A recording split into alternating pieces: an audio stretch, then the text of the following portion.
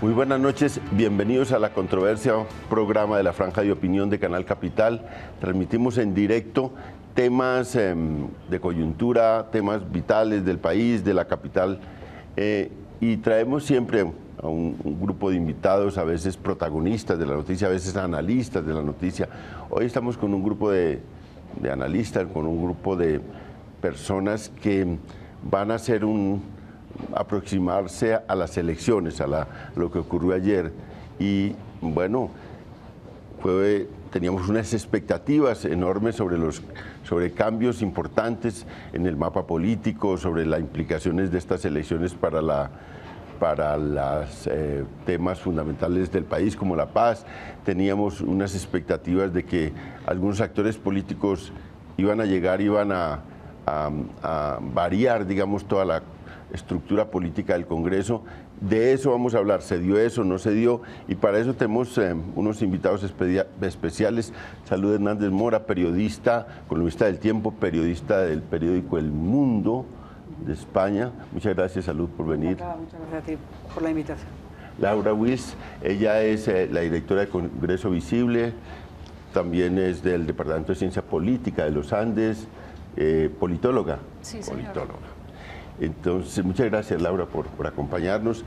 Alejo Vargas, profesor de la Universidad Nacional, columnista del Colombiano y analista político. Muchas gracias, Alejo, por muy amable, León, por la invitación. Fernando Giraldo es politólogo de la universidad, trabaja en la Universidad Javeriana y acaba de hacer un libro. Le dije que trajera la portada para mostrársela a los televidentes, para poder que se vendiera el libro, pero dice que no. Se ha anunciado mucho, pero no ha salido. Fernando, muchas gracias por acompañarnos. El libro queda pendiente, sino que no me lo alcanzaron a entregar. Sobre los partidos políticos. En Colombia, sí. En Colombia. El título es un poco largo. ¿Cómo es? Partidos políticos en Colombia, evolución y perspectiva. Evolución y perspectiva. Muchas gracias, Fernando. Y vamos a una nota de contexto para ver cosas que ocurrieron ayer en las elecciones y luego venimos al análisis.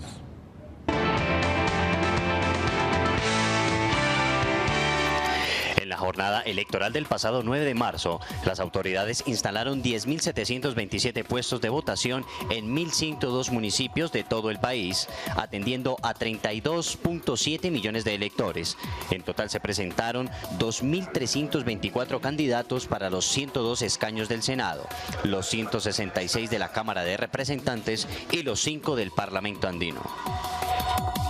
Así quedó conformado el nuevo Congreso de la República. Senado. 4 partidos colombianos manejan las mayorías del nuevo mapa electoral en el Senado. Por colectividades, el partido de la U, hoy considerado santismo, logra 21 senadores con fuerzas en zonas como Magdalena, Bolívar, Guajira, Córdoba, Risaralda y Valle. El Centro Democrático, con el expresidente Álvaro Uribe, opositora hasta el momento, se posiciona como la segunda fuerza del Senado, con 19 senadores y dominio en Antioquia, Bogotá, Cundinamarca, Tolima, Huila, Nariño y Bichada. Enseguida encontramos al Partido Conservador con 19 senadores y fuerza en Atlántico, norte de Santander, Boyacá y Nariño. El liberalismo alcanza 17 senadores y tiene presencia en Santander, Cauca y Putumayo. Cambio Radical obtuvo 9 senadores. Un bloque de movimientos considerados de oposición está conformado por el Polo Democrático Alternativo con 5 senadores y el Partido Alianza Verde con 5 más. Unidos, estas fuerzas consideradas como independientes tendrían 10 senadores. La Cámara de Representantes. El mapa electoral colombiano para Cámara de Representantes está conformado por el Partido Liberal Fuerza 1 de la Corporación, con 39 legisladores y presencia en Meta, Caquetá, Amazonas, Cauca y Casanare. El Partido de la U ocupa el segundo lugar con 37 representantes y presencia en Boyacá, Córdoba, Magdalena, Chocó y Amazonas. La tercera fuerza en la Cámara es el Conservatismo Colombiano, con 27 representantes y fuerza electoral en norte de Santander, Atlántico y Tolima. El Centro Democrático pone 2 representantes de lugares como Antioquia y Bogotá. A diferencia del Senado, que maneja logísticas a nivel nacional, el trabajo legislativo y político en Cámara de Representantes estará proyectado hacia lo local y los intereses de las regiones colombianas. Pero estas elecciones estuvieron caracterizadas por varios factores. Por un lado, el partido de la U fue la colectividad política más votada para el Senado al lograr 21 curules, logrando conservar su liderato, pero con 7 senadores menos. La llegada del Centro Democrático, que logró 19 escaños en la Cámara Alta y logró triunfar en la mayoría de los departamentos con problemas de orden público, a pesar de las advertencias de la Misión de Observación Electoral MOE y de fundaciones como Paz y Reconciliación, al Congreso llegarán nuevamente herederos de fenómenos como la parapolítica o candidatos apoyados económica y electoralmente por personas sindicadas o condenadas por algún delito. 30 senadores y 20 representantes cuestionados tendrán una curul dentro del Capitolio. La lista la lidera el partido de la U. La cartografía del país no ha cambiado para nada. Por ejemplo, en el Senado de la República la variación de la presencia del paramilitarismo y las mafias es un poquito más grande, apenas 33 según los cálculos de los expertos en la materia. De tal manera que así y en otro tipo de medidas, es decir, la medida de la correlación de fuerzas, tampoco veo que los cambios sean demasiado grandes. El llamado centro democrático del señor expresidente Uribe no tuvo la acogida nacional que estaban sobre la cual los encuestadores y algunos analistas de opinión estaban vaticinando. Triunfó en las zonas donde el paramilitarismo ha tenido su fuerza. Los escándalos por discriminación y las recientes investigaciones por parte de la Fiscalía parecen haberle pasado cuenta de cobro al Mira, que no logró superar el umbral necesario para mantener su personería jurídica. De 11.538.930 votos válidos, el Mira solo obtuvo 325.034 sufragios a su favor, es decir, el 2.29%, lo cual lo deja por fuera de la conformación de este nuevo Congreso. Se iba a pensar que el umbral iba a jugar un papel muy importante, incluso el Polo, Opción Ciudadana, casi que los verdes estuvieron por debajo del 4%, al final el gran sacrificado fue el partido Mira, pero digamos no llegamos a ese bipartidismo que se pensaba que íbamos a llegar, o 3 o 4 partidos. Creo que se mantuvo una interesante distribución, aunque la izquierda obviamente muy disminuida. El umbral mostró que es un factor de gran angustia y es un factor que acaba beneficiando a 4 grandes movimientos políticos, que son los que lideraron lejos de esto y que son los que están por encima de esa angustia, ¿no? Una alarmante abstención se presentó, 58%, es decir, de 32 millones de ciudadanos aptos para votar, solo hicieron efectivo su derecho al voto 14.200.000 personas. El voto en blanco obtuvo un poco más de 745.000 votos y los votos nulos estuvieron alrededor del 1.400.000. El registrador nacional Carlos Ariel Sánchez calculaba un efecto diferente en el nuevo tarjetón y aspiraba a bajar siquiera a la mitad la cantidad de votos nulos. Esa abstención creciente que hay implica que no hay opciones para la gente, o por lo menos la gente percibe que no hay opciones. Que esa realidad de abstención tan grande está indicando que cada vez la gente cree menos en la democracia o en el ejercicio electoral, al cual llamamos democracia, pero en este país es el central de la democracia. El voto en blanco se impuso en las votaciones para escoger a los representantes ante el Parlamento andino para el periodo 2014-2018. Con el 97% de las 97.400 mesas de votación escrutadas, el voto en blanco ganó y alcanzó 35.71% frente al 31.35% de votos por los candidatos inscritos. Es decir, que obtiene una mayoría simple entre un total de 6.791.398 votos válidos. Aunque aún no es claro qué va a ocurrir con estos resultados, lo cierto es que quienes ganaron no podrán posesionarse. En la consulta del Partido Verde para elegir un candidato a la presidencia, la lideró Enrique Peñalosa, que obtuvo 1.343.387 votos, que representan el 48.21%, seguido por Camilo Romero con 463.692 votos, el 16.64%, y por último John Sudarsky con 237.095 votos, el 8.50%. Puede afectar este panorama a las elecciones presidenciales, teniendo en cuenta la disminución de la intención de voto de los colombianos y la aparente apatía ante las instituciones democráticas que, más allá de renovarse, se perpetúan en el poder.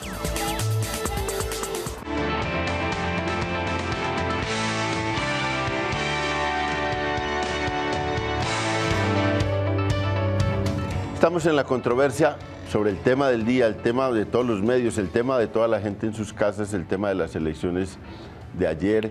Y empecemos con Salud Hernández Mora, hablando sobre qué cambios hubo. Salud siempre es muy crítica sobre, no ve muchos cambios, pero su voz es importante para ver esa percepción de los cambios. ¿Cómo los ve? No, yo es que no los veo grandes cambios, porque los grandes electores son obviamente las grandes maquinarias de los caciques electoreros, ni siquiera electorales, electoreros. Son personas que viven gracias de esa burocracia infame que le proporcionan desde Casa Nariño el que esté ahí. Ahora está Santos, y Santos, por ejemplo, el número 1 en votación, es el que Santos engrasó mejor toda su estructura. Le dio 68.000 millones para que se las malgaste como le dé la gana y compre lo que tenga que comprar. Y veremos a ver qué va a pasar después. Pero yo creo que ha habido pocos cambios. Obviamente siempre llega gente buena, siempre hay gente buena, pero gente buena obligada a convivir con gente mala, y entonces pueden decir eso de que es que los buenos somos más. En este Senado yo lo que veo es que los malos son más que los buenos, pero de pronto me equivoco y ojalá me equivoque. ¿Qué cambios ve Alejo en este nuevo Congreso? A ver, yo veo un sistema de partidos políticos bastante fragmentado. Miren que no hay ninguna mayoría, lo que hay son puras minorías. Es más, ni siquiera los dos más votados, si hicieran alianza, podrían gobernar. No tienen mayoría. Eso nos enfrenta a que tenemos 4 partidos medianamente grandes, entre comillas, y 4 medianamente chicos. Pero finalmente ninguno hace nada. Esto me parece que tendencialmente puede tener desventajas, porque una atomización como la que hemos vivido ya, o como la que han vivido la región, recordemos en Ecuador nomás, en épocas de Lucio Gutiérrez, el Congreso, el partido que más tenía un 8%. Entonces, construir 51% un presidente para aprobar, eso era poner a un poconón de grupos de acuerdo, lo cual es muy difícil. Entonces veo una fragmentación de esos partidos, de esas representaciones, pero evidentemente se renueva lo que ha sido la tradición en la política. Yo creo que en Colombia se dice que en cada elección alrededor de un 30% se renuevan, pero es más por razones o generacionales o por cambio de Cámara a Senado y demás, pero digamos, no hay mayores cambios. Pero no, el ingreso de Uribe Centro Democrático en la contienda del Congreso no introduce un elemento realmente nuevo. Yo creo que hay un elemento interesante, a mi juicio, y es que creo que una centroderecha, algunos se molestan porque yo uso esa expresión y dicen, ¿por qué no digo que es una derecha? No, yo creo que ahí hay personas que estarían bastante en el centro. Yo no tengo ninguna duda en ubicar a Ana Mercedes, una persona en el centro, el mismo Eber Bustamante, etcétera. Pero eso me parece que va a tener la posibilidad de darle voz a un sector de opinión que seguramente es minoritario en la sociedad, pero es importante que esté ahí.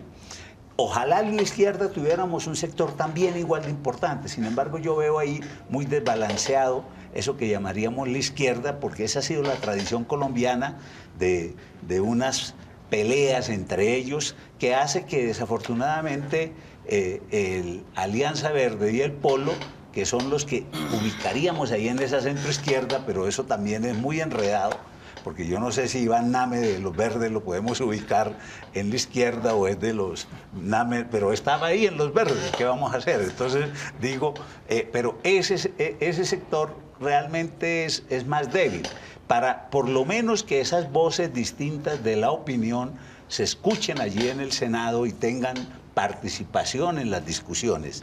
Pero creo que el grueso, y es la tradición colombiana, de ahí sí ese centro grueso, que es donde están los partidos liberal, conservador y estos otros nuevos de la U, Cambio y demás, son los que finalmente, digamos, reflejan la mayor votación y son los que terminan imponiendo, digamos, las maquinarias que aprueban la mayoría de las iniciativas. Laura, ya la labor de Congreso Visible es, bueno, hacer que las hojas de vida de los candidatos, que la trayectoria se haga, la conozca el público, y luego la labor legislativa de ellos. Y bueno, ya lleva, ¿qué? 16 años. 15 años cumplimos 15 años Congreso Visible, de manera que hay un acumulado. ¿Cómo ve este Congreso frente a toda la experiencia anterior?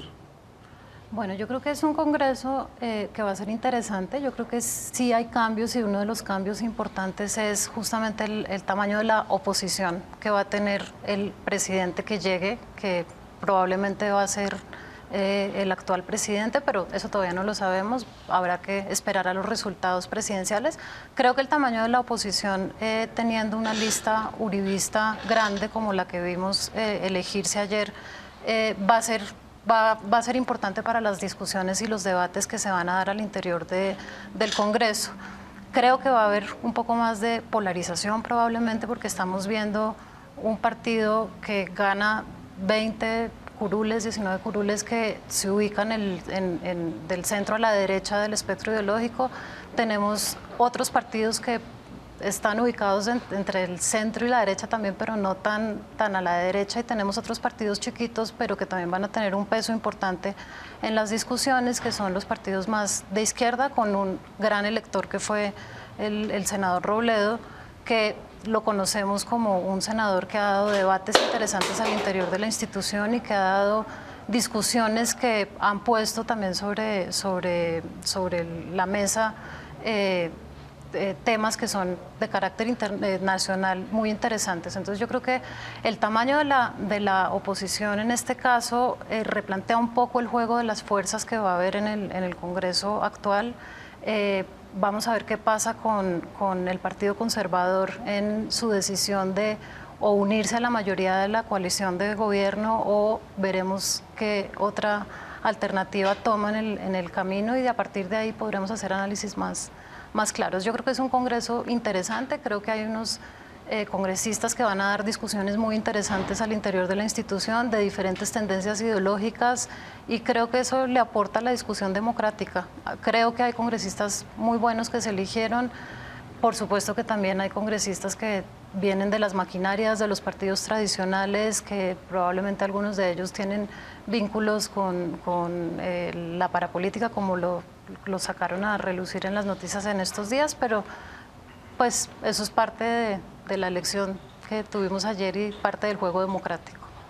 Fernando, bueno, mirando esta composición del Congreso, bueno, hemos hablado de estos cambios y ahora seguramente tocaremos muchos temas, pero de cara, digamos, al pasado de los partidos políticos, hay una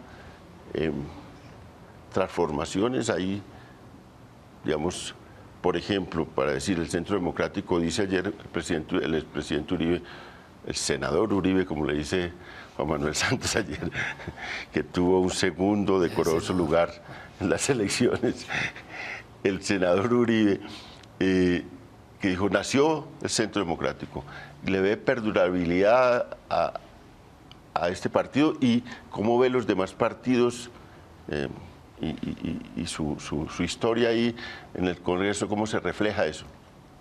Yo la perdurabilidad del Centro Democrático lo veo en función de la necesidad que tenga el presidente Uribe o el senador Uribe. O sea, no creo que puede durar 4 años, puede durar 8 años, eso lo determinará él. Y está en relación con la forma como quedó la presencia de los partidos en el Congreso. Y quedó de la siguiente manera. Yo soy un poco más drástico de lo que dice Alejo, pronto tendiendo a acercarme a algo de lo que decía de Salud, y es que yo no veo muchos cambios distintos a 3 cosas fundamentales: que sigue acentuando la crisis de representación política en el país, y eso reflejado por un comportamiento electoral de los ciudadanos en parte, que se ausentan porque no encuentran una comunicación con la representación política, con unos partidos, aquí no hay partidos grandes. De sorpresa nos encontramos con que el partido de la U, que tenía casi el 30% de los votos en el año 2010, retrocede a 15.4% de los votos. Es un partido mediano tendiendo a ser pequeño. Y entre el partido de la U, que es el primero en votación en el día de ayer, y el Partido Liberal, que es el cuarto, con 12.3, hay menos de 3 puntos porcentuales. Y todos son pequeños. Ni siquiera 2 podrían gobernar si se unen. Necesitarían por lo menos de 3 a 4 partidos. Eso ya crea unas dificultades dado el tipo de sistema de gobierno que nosotros tenemos. Y viene el otro paquete de pequeños partidos que van entre 4 puntos porcentuales de los votos y 6.8 en el caso de Cambio Radical, menos de 7. Lo que quiere decir que nos encontramos frente a unos partidos medianos tendiendo a ser pequeños. Seguramente que eso va a acentuar las dificultades de legitimidad de funcionamiento de los partidos, acentuará la individualización y personalización de la política, para decir que el caso de Centro Democrático no es el único donde el acento se pone en una persona. Lo que pasa es que en los otros el acento está en dirigentes, en personas que son locales o regionales, porque no tienen la cobertura o el carisma del presidente Uribe. O sea, yo la verdad no me hago falsas expectativas. Y una cosa distinta que me parece que sí va a ser interesante en el Congreso es que la oposición crece, pero completamente fracturada. Por un lado, porque bueno, yo no ubico al Centro Democrático en el centro derecha, lejos, yo lo ubico claramente en la derecha, incluso con una cierta tendencia a una extrema ideológica de derecha, y yo diría que ese sí va a ser importante, por los debates y por la capacidad que tiene, y por el líder que está al frente de ellos, con una izquierda igualmente fracturada y dogmática también, y que es verdaderamente muchos retazos lo que hay ahí. La derecha son una colcha de retazos y la izquierda son retazos. Bueno, no es como muy alentador todo el panorama que pinta. La única que tuvo como una nota más optimista fue Laura. Pero vamos a empezar con los temas, digamos. Se tuvo la expectativa de este es un plebiscito, esta elección, la presidencial más, pero también esta sobre la paz.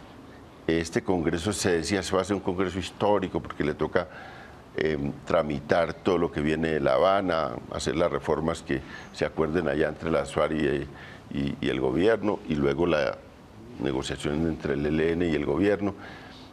Y entonces sí, al Congreso de la Paz lo llama Santos, pero en general la expectativa era, este Congreso le va a tocar hacer este quiebre histórico de sacar un país de la guerra, pasarlo a la paz, con unos cambios que vienen de las negociaciones.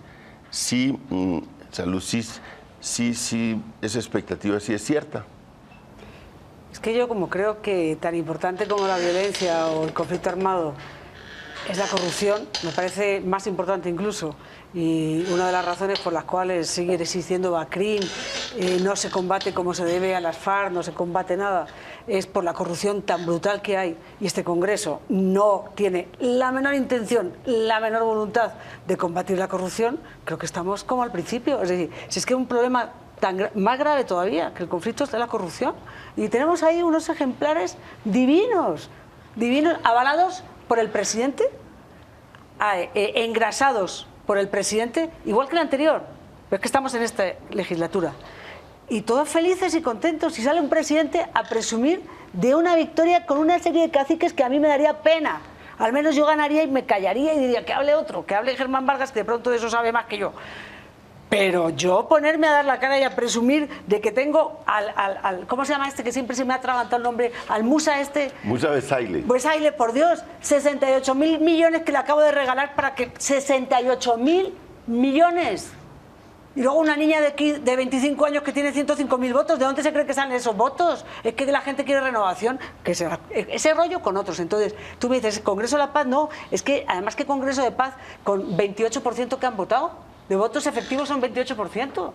Todos son votos nulos. ¿Tú crees que tiene legitimidad un Congreso de 28%? Eso no tiene legitimidad para un tema tan trascendente. Pero es que el tema más importante para mí, tema más clave, importante en este país es la corrupción. Y este Congreso la va a dejar vivita y coleando. Bueno, ese tema ahora es muy importante. En una próxima ronda le metemos duro a la corrupción porque Salud con mucha razón insiste mucho en este tema. Pero ahí se le tocó a usted, Alejo, usted que está apasionado con el tema de paz y que se mantiene metido en ese tema, que ha ido, ¿cuántas veces ha ido a La Habana usted? Unas 6, 7, 8. 7 veces. Yo creo que es ha ido casi como los negociadores. Pero cuando no va, Tomás ahí tiene línea directa. Bueno, ¿sabe? Quiere decir, usted lleva muchos años. Como ese es su tema, ¿qué ve? ¿Qué papel puede jugar este Congreso? Si está en condiciones de jugarlo, ¿cómo ve esta relación? Y ahí, digamos, ¿qué papel va a tener el uribismo en ese tema? ¿Cómo se ve eso? Yo tengo una sospecha, pero que no es solamente una intuición, y es que este Congreso quizás va a ser un Congreso de corto vuelo. Yo a rato estoy pensando si este no va a ser un Congreso por ahí de un año. ¿Por qué? Porque comparto lo que dice Salud, que es un Congreso que tiene una legitimidad muy precaria, pero en segundo lugar, porque yo creo que es tal el tamaño de las reformas que se están requiriendo, no solo por La Habana, sino por muchos otros aspectos. Yo creo que el tema de la justicia, el tema de la reforma política, etcétera, que digo, si este Congreso en el primer año no hace nada, yo estoy seguro que se va a generar desde muchos sectores un movimiento hacia una constituyente y ese Congreso puede terminar siendo, por eso digo, un Congreso de corto vuelo. Casi que digo que es un Congreso que va a tener un periodo de prueba de un año. Y en ese sentido, pues va a haber muchos factores en juego. Yo veo a Uribe que sigue en la idea de la constituyente, veo a Petro que sigue en la idea, por supuesto en la mesa de conversaciones las FARC también sigue con esa idea, los helenos también, pero hay sectores incluso elegidos que dicen, pues habría que mirar, y los propios constituyentes cada vez más reconocen que nos quedó mal hecha la Constitución del 91. Una pregunta, perdona que te interrumpa, Alejo. ¿Qué diferencia habría? Es decir, ¿qué diferencia habría entre una constituyente y lo que hay? A ver, es que o vamos a hacer una constituyente, nos vamos a traer alemanes y unos cuantos de Saturno que van a venir a formar la constituyente.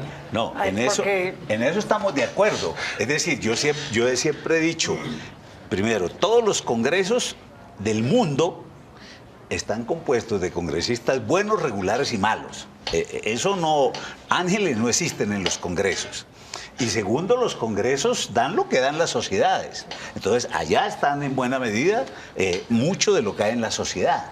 Eso no quiere decir que toda la sociedad sea corrupta, pero la corrupción está en muchas partes, porque siempre sabemos la corrupción requiere varias partes. No es un solo que corrompe y todos los otros que son unos santos. No. No, yo no estoy diciendo que necesariamente esa constituyente pueda ser mejor. Lo que estoy diciendo es que este Congreso lo veo como un Congreso que puede tener una vida corta. Ahora, eso en general, recuerden que desde el punto de vista de legitimación juega un papel ante la sociedad, porque las sociedades siempre se van haciendo ilusiones, ¿cierto? Uno mira la Constituyente del 91 y igual no pasó mucho, pero eso genera y bienvenidos al futuro y estamos en el nuevo país y eso da para un rato y otra vez vuelve, porque digo, si los problemas de la realidad no se resuelven, pues el tema no pasa mucho. Pero yo realmente estoy en esa sospecha, lo he venido conversando con varios, que veo una situación con algunas similitudes a ese momento previo. Ahora, Alejo, pero tal como está el texto de la Constitución que autoriza que ya le das una asamblea constitucional, como está concebido no sustituye ningún Congreso, es como un cuerpo al lado del Congreso según el texto de la Constitución Nacional. Depende, porque hoy día tenemos un concepto de soberanía popular. En el pasado teníamos soberanía nacional, que esa no permitía. La soberanía popular puede o convocar una asamblea constitucional o una asamblea constituyente. Entonces, evidentemente depende, y usted sabe pero que pasa por el Congreso y los congresistas no van a... Yo no sabría. Yo no sabría si muchos de esos mismos congresistas de repente les podría gustar volver a renunciar para volver a jugar en candidatos de una constituyente, porque eso sucede con alguna frecuencia. Pero en síntesis, yo creo que el tema de las reformas de la paz, primero, lo que es el grueso, que es la refrendación, no tiene que ver con el Congreso, me parece a mí. Eso va a pasar por un mecanismo tipo una consulta popular, un referéndum, y en eso el Congreso no va a jugar mayor papel. En teoría, sí jugaría un papel importante en el desarrollo legal de algunas iniciativas de lo que se apruebe. Por ejemplo, no sé, ahí se habla en lo que hemos conocido de un fondo de tierras. Bueno, eso hay que reglamentarlo. Entonces puede que requiera una ley, entonces eso hay que pasarla. Pero si es una ley ordinaria, pues eso pasa con la mitad más uno.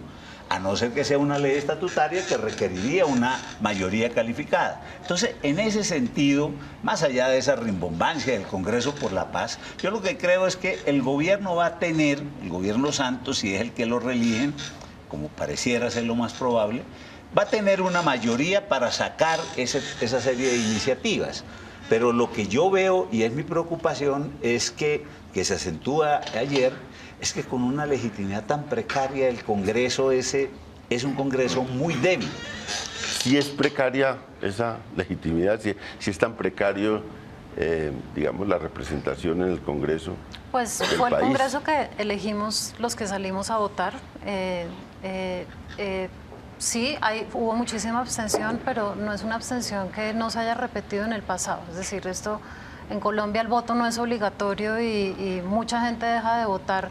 No necesariamente, una de las razones por las que dejan de votar es porque no creen en los políticos, porque sienten que se van a reelegir los mismos, etc. Y siempre para elecciones legislativas siempre es muy alta la abstención, ¿no? Sí, es menos alta en las elecciones presidenciales que se avecinan, pero en las elecciones legislativas históricamente la participación es muy bajita. Que eso nos lleve a decir que es ilegítimo, pues yo no estaría tan de acuerdo, porque finalmente los que tenemos la posibilidad de elegir y queremos hacerlo, vamos a las urnas y depositamos nuestro voto tratando de hacer el mejor esfuerzo porque salgan candidatos buenos. Entonces, claro, hay muchos candidatos que son elegidos a través de maquinarias políticas no santas, otros a través de maquinarias políticas que requieren de todas maneras para poder sacar la votación que les permite llegar al Congreso a representarnos, pero yo, a pesar de que reconozco que hay problemas al interior de la institución, de que hay corrupción, como lo están diciendo la doctora Salud Hernández, a pesar de que, claro, hay prácticas corruptas, pues yo no diría que es una institución ilegítima. Tiene un nivel de credibilidad muy bajito en medio de la población, eso es verdad, las encuestas lo dicen y lo sabemos, pero creo que también la ciudadana tiene una gran responsabilidad allí, y es que ayer lo vimos en las elecciones, yo fui jurado de votación y vi cómo la gente no está informada de por quién van a votar. Llegaban en el momento de la decisión del voto a ver la cartilla sin saber por quién van a... ¿sí? Entonces, la cartilla que es una sí. cosa impresionante, una sábana que... Exacto, entonces yo creo que parte de la responsabilidad de lo que tenemos, pues la tiene la ciudadanía misma, que no hace un esfuerzo por tomar decisiones claras de por quién votar, ¿no? Yo no descalificaría plenamente al Congreso diciendo que es una institución ilegítima o sí, tiene bajos niveles de credibilidad, pero yo creo que somos nosotros los que lo elegimos. Claro, hay miles de maquinarias en muchos lugares, pero finalmente es el resultado de la democracia en un sistema, en un diseño institucional en el cual la abstención es una posibilidad, no es una exigencia como en otros países de América Latina. De pronto sería bueno pensar en una reforma, no sé si eso resolvería los problemas, pero que sea obligatorio salir a votar podría ayudar a disminuir ese poder de las maquinarias corruptas que sin duda funcionan. Fernando. Una pequeña precisión, yo no he dicho que es ilegítimo, lo que he dicho es que tiene una precaria legitimidad. Sí, hay una precisión también. Fernando, ¿sí va a jugar un papel en el tema de paz o va a ser así como dice Alejo, digamos, no va a ser muy importante su papel en ese tema? Mire, yo empiezo por hacer este comentario a propósito de lo que se ha dicho para poder como precisar mi respuesta. La estructura electoral que tienen los partidos hoy es una estructura muy precaria y por las circunstancias de cómo se dio el comportamiento electoral de los ciudadanos ayer frente a la oferta que había, se encontraron o se toparon con que tiene una estructura parlamentaria que es mucho más fuerte que la estructura electoral que tienen. O sea, unos partidos que tienen el 15%, 12, 13% de los votos útiles por candidatos, que son el 28% del potencial electoral efectivamente, nos encontramos con que el partido mayoritario, que es el partido de la U, apenas representa el 8% de todo el potencial electoral. Claro, no hay voto obligatorio y las reglas de juego dicen que es de esa manera. Y el que le sigue, que es Centro Democrático, tiene 7%, 7,5%. Y los otros de 7 para abajo. O sea, los otros son 6 partidos más, incluyendo el Partido Conservador y el Partido Liberal. Y con eso se quedan con 17, 19, 19 y 21 curul, por lo menos los 4 más importantes. Cuando uno mira eso, evidentemente que hay un problema de precariedad institucional. O sea, y esa precariedad institucional, en parte por responsabilidad de los ciudadanos, yo lo comparto, conduce a un problema fácilmente de ilegitimidad en el ejercicio de un Congreso que ya en la opinión pública es ilegítimo. Casi que uno diría, de entrada esto entra en concierto de ilegitimidad o con una precariedad muy fuerte. Pero no es mejor que haya pluralismo, varios partidos. Todo depende, pero siempre y cuando la democracia es pluralismo, pero también necesita ser funcional. Porque esto es un tema también de responsabilidad, es un tema de representación, pero de capacidad. De capacidad como pocón, porque la eficacia y la eficiencia del Congreso es lamentable. Mayoritariamente, con honradas excepciones, uno encuentra unos congresistas, pues yo creo que son 15 o 20, el resto deja mucho que desear. Las encuestas lo indican así y todos los estudios lo indican así. Pero a pesar de eso, como esto es con mayoría y con reglas de juego, creo que el gobierno tiene el margen de maniobra, porque de pronto los resultados no eran lo que esperaba, ni tan malo ni tan bueno en términos de mayorías que requería el gobierno o que requería la oposición más radical que tiene el gobierno, que es Centro Democrático, le va a permitir poder sacar algunas iniciativas. Yo sí temo, incluso soy más ave de mal agüero a propósito de lo que decía Alejo, y es que creo que este Congreso va a tener muchos problemas con la opinión pública. Y temo que va a haber un problema de crisis de representación política rápida en Colombia. Vamos a una pausa y volvemos con este debate. Y nos vamos a meter al tema de Salud Hernández, la corrupción en este Congreso.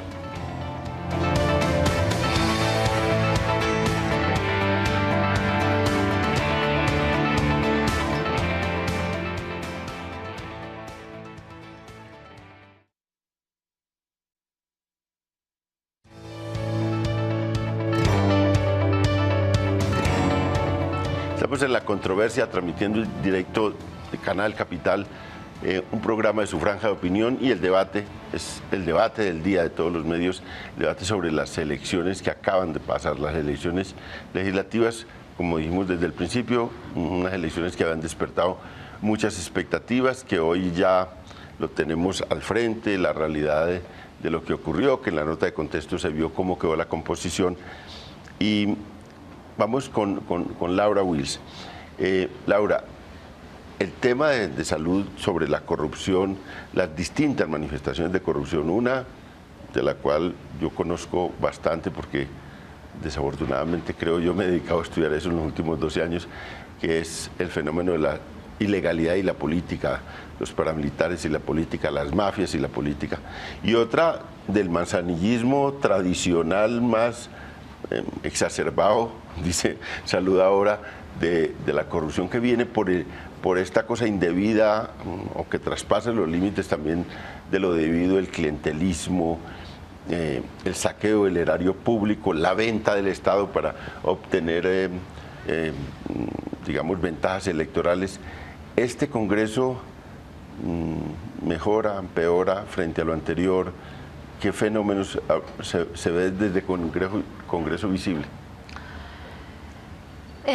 Bueno, no sé si mejora o empeora. Sí, se repiten muchos de los congresistas que aspiraron a la reelección, lograron la curul, más creo que el 70% de todos los que aspiraron a la reelección lograron llegar al Congreso nuevamente. Eso, pues, conclusión, hay muchos de los que estaban anteriormente y algunos de los que probablemente practican estas prácticas van a estar allí. Yo creo que hay que empezar por algo en el ataque a la corrupción, que era lo que decía Salud Hernández hace un rato, y es que si no empezamos por ahí difícilmente vamos a lograr cosas positivas en el Congreso de la República.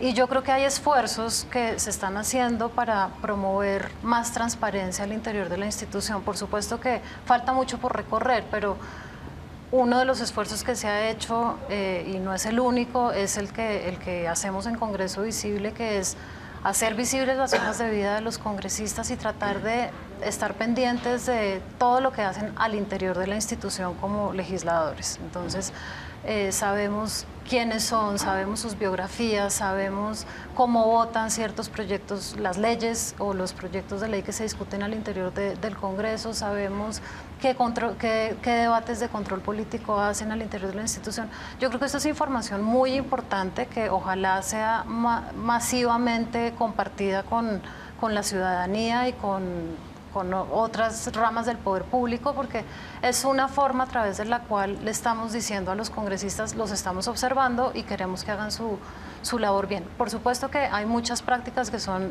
dificilísimamente, no se pueden sistematizar, ¿sí? No se pueden observar.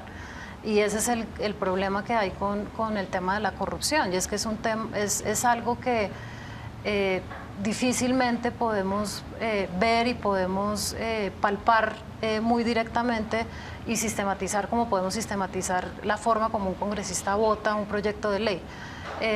Sin embargo, yo creo que esfuerzos como este, esfuerzos como los que hace la misión de observación electoral, esfuerzos como el que han hecho ustedes, son primeros, nos están llevando a descubrir cosas que antes no se sabían o no se sabían tan claramente. Entonces, todo el escándalo de la parapolítica, de alguna manera, pues le ha aportado a la discusión en la medida en que salieron a relucir quiénes eran los congresistas que tenían vínculos con la parapolítica, y si bien hay muchos reelegidos o que han reelegido a sus familiares y tienen representantes ahí en cuerpo ajeno, pues el escándalo estalló, y eso de alguna manera aporta a que el tema de la corrupción se empiece a poner sobre la mesa y que los congresistas también tengan un poco de, no sé si decir la palabra temor, o que sepan que se están siendo observados. Pero bueno, yo sí estoy un poco decepcionado porque yo, de verdad, yo creía que cada que voy a una elección a examinar esto de la parapolítica, siempre tengo la ilusión de que eso se va a reducir. Y bueno, ahora, pues de estos herederos de la parapolítica, herederos, o sea, gente que está montada sobre las maquinarias que se hicieron en la alianza con el ilegal, sobre los recursos, sobre las redes políticas, sobre eso que se construyó, sobre los hombros de eso, hay 33 senadores y 36 representantes a la Cámara, o incluso creo que ya hoy en la tarde ya veía que había 2 más que están en eso, y son 69, 70 parlamentarios que vienen de ahí, de esa historia de la parapolítica. Fernando, para mí es una decepción muy grande. Quiere decir que la labor que uno ha hecho tampoco tiene como una, pues no incide mucho en los partidos políticos. No, mire, yo ¿Por creo qué los que partidos políticos no se le meten a eso tan visible, tan manifiesto, tan vergonzosamente manifiesto? Mire, un país como Colombia en relación con un país como Alemania, es que en Alemania hay irregularidades electorales y políticas, pero no hay fraude electoral. Hablando de lo electoral, por ejemplo. En Colombia hay muchas irregularidades electorales y son por miles, son masivas, y hay mucho fraude electoral. Solo que allá se tramitan las irregularidades, aquí no se tramitan ni las irregularidades ni el fraude ante la justicia. Entonces todo es una impunidad total. Yo en esto sí con mucha tristeza lo digo, es mi opinión personal, a veces no tan académica, pero también lo miro en los estudios que se hacen. Yo no le veo mucha salida, salvo que haya una reforma profunda, que la sociedad haga un alto en el camino. Los esfuerzos que se hacen, como los que ha mencionado Laura, pues, que uno conoce y que son importantes, son insuficientes para la magnitud y la voluntad política, que a veces es como si fuese perversa o de mala fe, o guiada solo por intereses particulares, incluso por el crimen y por el delito y por la captura del Estado. Yo sí creo que uno de los problemas estructurales del sistema colombiano, a mí el tema de la FARC me parece marginal, se los digo con toda sinceridad, pero el tema de las profundas desigualdades sociales de esta sociedad y el tema de la corrupción, como el tema del narcotráfico, yo digo, esos son problemas estructurales de la sociedad colombiana y que no han sido atendidos. Yo creo que los partidos tienen que jugar un papel mucho más importante, pero mientras los partidos también estén capturados por la corrupción y por el delito, como lo ve uno en buena medida, no veo mucha salida. Yo creo que esto es una voluntad de todos, no sé cómo hacerlo, el gobierno debería liderar eso, pero no veo claramente que lo haga en la mejor ruta y con la intensidad y con la fuerza que se requeriría. Salud, esa impresión que usted tiene, vi una secuencia de las encuestas de Gallup, y esa secuencia ya de varios años de encuestas, el tema empezó a coger una fuerza impresionante, la corrupción como preocupación de los colombianos. Y ha saltado realmente en las encuestas a ser un tema muy duro, más que la violencia misma y más que todas las terribles desigualdades sociales. De verdad que hay un sentimiento fuerte que también pues, es el que expresa usted. Pero ahí, de ahí, ese sentimiento no se expresa en acciones o en rechazo, porque hay eso pero al mismo tiempo la gente sigue votando por los corruptos. No, yo sí creo que se expresa en rechazo porque la abstención es alta. Es decir, porque ¿para qué me va a molestar en ir a votar si va a ser más de lo mismo? ¿Qué me aporta a mí un congreso? ¿Qué cambia en mi vida un congreso? A mí me hacía gracia el eslogan del Partido Liberal, es que no tienen ni pudor para hacer la vida mejor, una cosa así, pero ¿de cuándo el Partido Liberal puede dar lecciones de nada? O vamos a combatir, entonces ahora vamos a ponernos a combatir la corrupción cuando ya tienen todas las listas gente que se ha caracterizado por sus actitudes corruptas y por sus prácticas corruptas. No, lo que pasa es que no va a cambiar nada mientras no haya una voluntad. La reelección se ha demostrado como un mal terrible. Los presidentes hacen lo que sea con reelegirse, lo que sea es lo que sea. Lo que vamos a ver de aquí a 25 de mayo va a ser vomitivo. Entonces, lo que sea por contar reelegirte. Eso por un lado. Por otro lado, dicen, qué bueno que haya muchos partidos. ¿Para qué? Si es que no hay ninguna diferencia ideológica. A mí me va a contar alguien que Vargas Lleras es menos derecha que Álvaro Uribe. A ver, Juan Manuel Santos es un tipo de izquierdas, por Dios, es derecha pura y dura. Lo que pasa es que es una derecha tranquila y moderada porque no tiene una ideología clara, pero es un tipo de actitud y de todo, y de muchos de sus comportamientos de derecha. ¿Qué me va a contar a mí? Están todos mezclados. En el Partido Liberal convive Piedad Córdoba, que es ultraizquierda, o tampoco ultraizquierda, una izquierda, digamos, un poquito radical, porque ahí con la FARC, ahí en ese ladito de la FARC, que ya es más radical, con un Gaviria, Simón Gaviria, un niño de papi, que van a contar que es ese de izquierda. Vamos a ver, entonces tú tienes una mezcla. Y tienes el mayor partido, el mayoritario es la U, que es una mera empresa electoral o electorera. Eso es una cosa que no es ni partido, eso es una asociación ni de amiguetes, porque además entre todos se tiran los trastos, pasado mañana están todos echándose de todo. Qué barbaridad nos hizo unos a otros. Pero luego tienes el Partido Verde. Tienes el Partido Verde, que yo creía que era una cosa más seria cuando lo voté hace 4 años, y resulta que John Sudarsky pierde la consulta. Y dice que él por ese poco menos que por esa sinvergüenza de Peñalosa él no lo apoya. Entonces tú dices, bueno, ¿yo qué estoy votando de Verde? ¿Pero qué es eso? ¿Qué partido es ese? ¿Qué ideología tiene? ¿A qué juego? Entonces, ¿qué más te da quien gane? Mientras no haya unas líneas claras, tú votes por unas ideas y que ese partido te represente. Mira, paradójicamente, el partido de la opinión ha sido el de Uribe. Paradójicamente en estas elecciones el partido de la opinión. El voto de opinión es él. No ha tenido dos estructuras. Los varones se los ha llevado los que puede. ¿Qué tiene Santos? Juan Manuel Santos tiene poder y se ha llevado a los mismos varones que tenía Uribe, se los ha llevado él. Voto de opinión, Uribe, Claudia López y bueno, Robledo. Y Robledo. Bueno, no, Robledo no es de opinión, perdona. El Polo es el único partido que tiene una ideología. El Polo tiene ideología. Si yo fuera en este país una persona de socialista, yo votaría a Polo. Yo siento que si yo voto Polo, yo voto por algo que me representa las ideas socialistas. Yo, si soy derecha, yo no sé quién yo qué soy. No, si soy. Yo soy de derechas, a mí no me representa nadie. Aquí, por ejemplo, nadie. Vamos a una pausa y venimos para discutir un tema de la repercusión de esto en las presidenciales. ¿Qué dice esto para las presidenciales?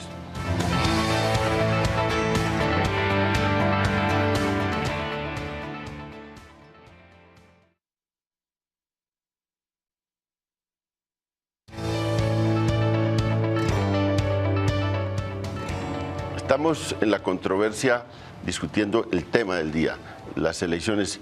Alejo, la repercusión de esto en la campaña presidencial, ya tenemos el tiquete completo de los presidenciales con la llegada de el candidato de los Verdes, de Peñalosa. ¿Tiene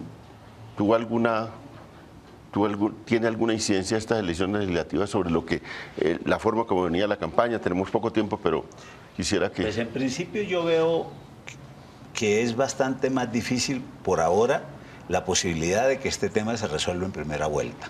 Me parece que le va a quedar bastante difícil al presidente y Germán Vargas, que es la fórmula con más opción de ganar en primera vuelta. Es decir, eso iría a segunda vuelta. Ahí el tema podría ser bastante más incierto. En el caso de la fórmula de Peñalosa, Peñalosa yo lo veo es un candidato sin partido. Va a depender mucho también quién escoja de fórmula vicepresidencial y finalmente que digan lo que queda de los verdes, porque realmente progresistas es una cosa, verdes es otra. Vamos a ver qué pasa. En la izquierda yo no sé si se van a unir, han dicho que se iban a unir, que Aida con Clara, etcétera, pero realmente yo veo que lo único fundamental es que esa dispersión de fuerzas lo que va a llevar es muy seguramente a una segunda vuelta, a no ser que el Partido Conservador decidiera adherir en este mes a la candidatura Santos y ahí sí probablemente era posible el triunfo en primera vuelta. Laura, votación del Centro Democrático le da un empujón a Oscar Iván o no, y lo supera Peñalosa rápidamente a Oscar Iván. Pues yo creo que el triunfo, pues lo que ganó ayer la lista uribista sí va a empujar un poco más a Oscar Iván, que viene como muy parco en las encuestas, pero yo creo que... Parco, totalmente sí. Deslucido. Totalmente deslucido. Yo creo que el triunfo de la lista de Uribe de ayer sí le va a dar un poco más de fuerza al candidato uribista, pues que es Oscar Iván Zuluaga. Sin embargo, yo estoy de acuerdo con Alejo Vargas y es que me parece que nos vamos para segunda vuelta, a no ser que, y la aclaración última que hizo era con lo que yo iba a empezar la respuesta, que el Partido Conservador se defina pronto, ¿no? Si el Partido Conservador se define pronto y se define como parte de la coalición del próximo gobierno en el Congreso, probablemente la elección va a ser más fácil de darse en una primera vuelta. Se nos acabó el tiempo. Muy buenas noches a todos los televidentes y los invito a ver Crónicas de un Sueño, el programa que continúa en Canal Capital Televisión Más Humana.